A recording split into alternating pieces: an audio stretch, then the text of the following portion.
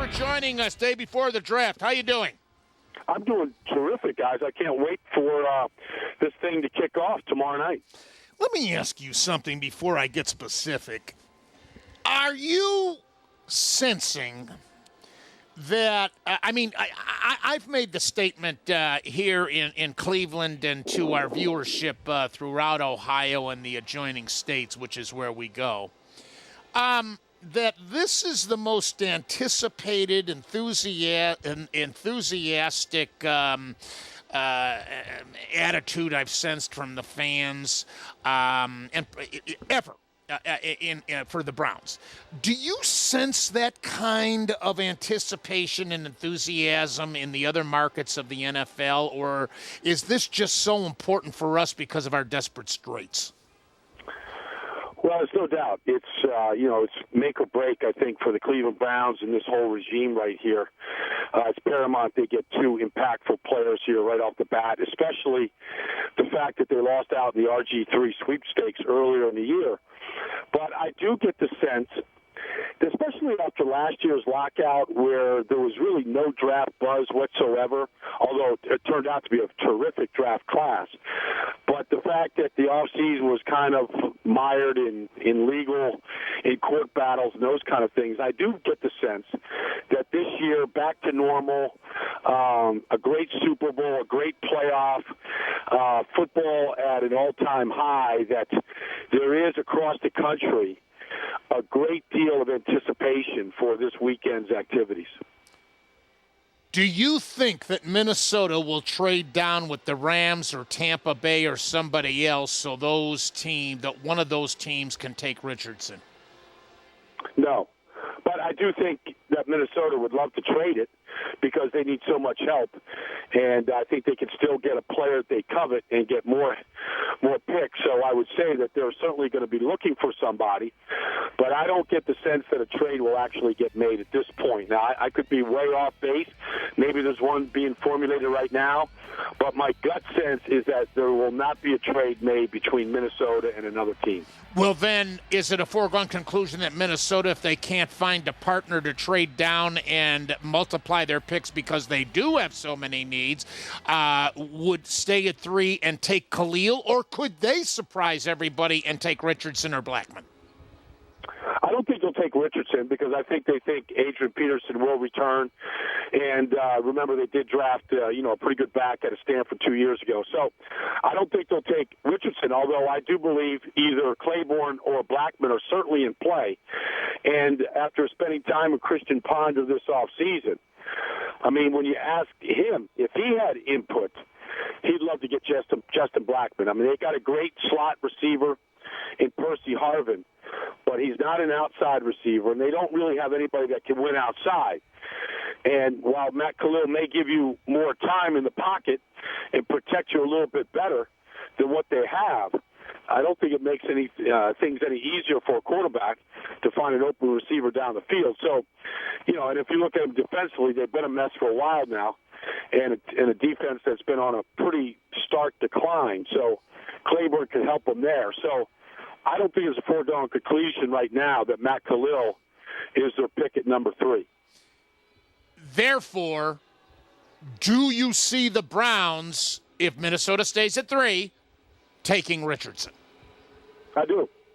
Because I think he's a really good player. I think it's a position in need for Cleveland. It may not, help you win a championship this year, but you saw just the addition of 2 pieces in Cincinnati a year ago, what it did for them. I mean, when you look at Andy Dalton and A.J. Green, the impact they had on that offense and the jump that they made. Now, they had a very good defense as well. A great defensive front, which helped them a great deal. But then they made the jump into the playoffs last year in large part because of 2 additional pieces they had on offense. And I think Richardson is a dynamic player. Maybe he doesn't gain a lot of yards in the AFC North against those defenses he'd see. Yet I do think he has instant toughness, credibility, and a playmaking ability, at a needed spot for the Cleveland Browns. Do you have any concerns about that knee? Because it actually it happened before the national championship game against LSU.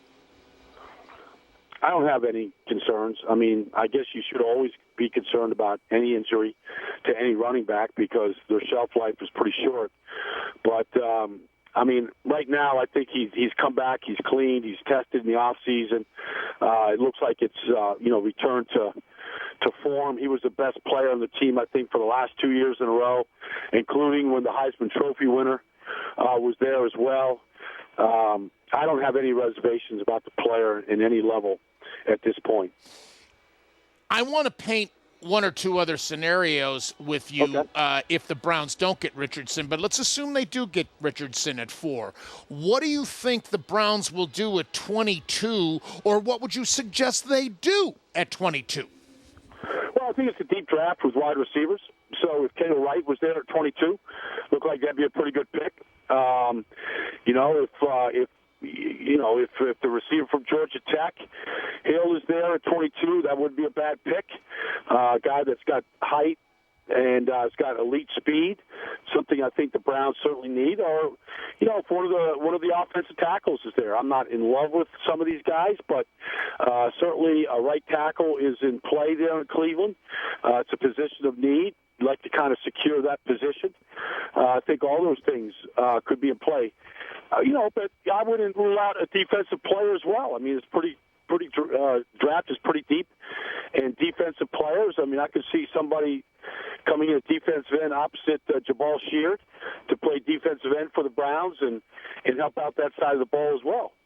Do you see the Browns, Brian, taking Claiborne rather than Richardson? The scenario there would be that somebody makes a trade with Minnesota and grabs Richardson at 3, I would think.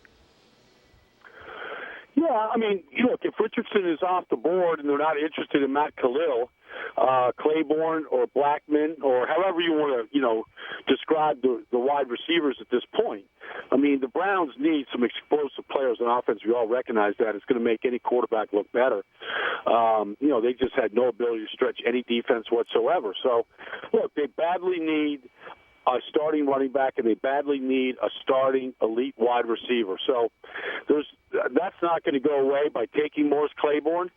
But if you had a chance to take Claiborne, you certainly have to look at it. There's no question about it. If you look at A.J. Green in that division, if you look at, Torrey Smith in Baltimore, look at the teams, what you have to go up against in Pittsburgh, being able to match up against elite speed receivers right now is a priority in that division. I've changed my mind about Blackman. I saw him a couple times during the regular season with Oak State, and then I was real high on him after the Fiesta Bowl against Stanford. But since all these months have passed and we now know he's not as tall as what was believed, and how much of a difference is there between him and Floyd, Wright, you mentioned Hill, even Alshon Jeffries in the second round with South Carolina?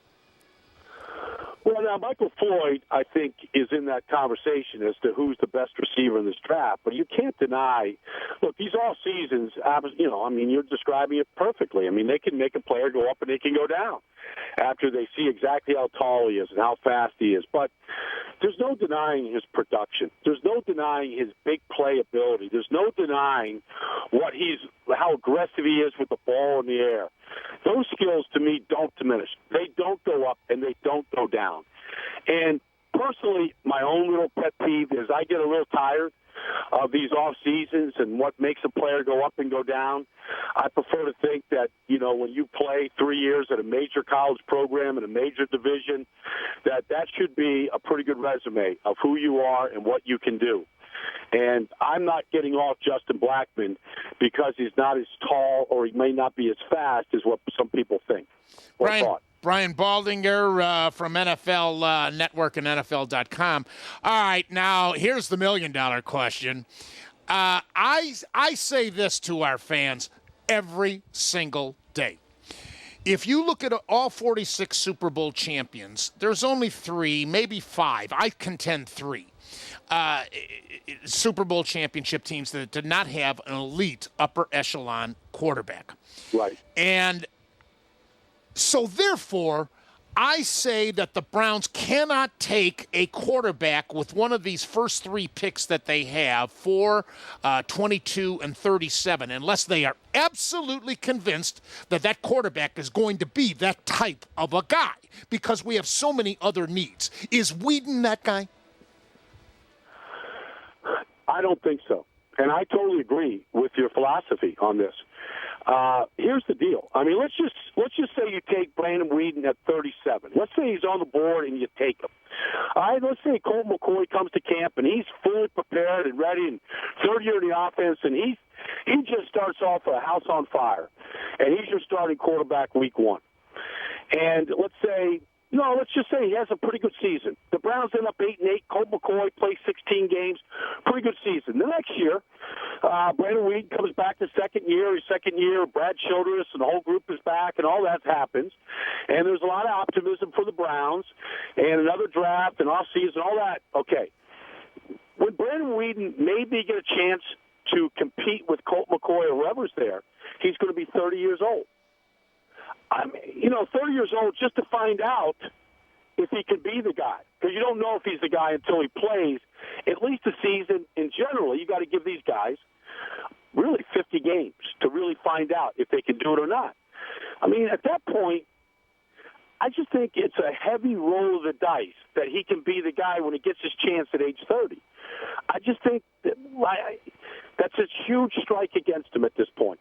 Maybe he is, and you roll the dice and you win. But you're still going to have a 30-year quarterback, making his sort of debut with the Cleveland Browns, and he better be really, really good.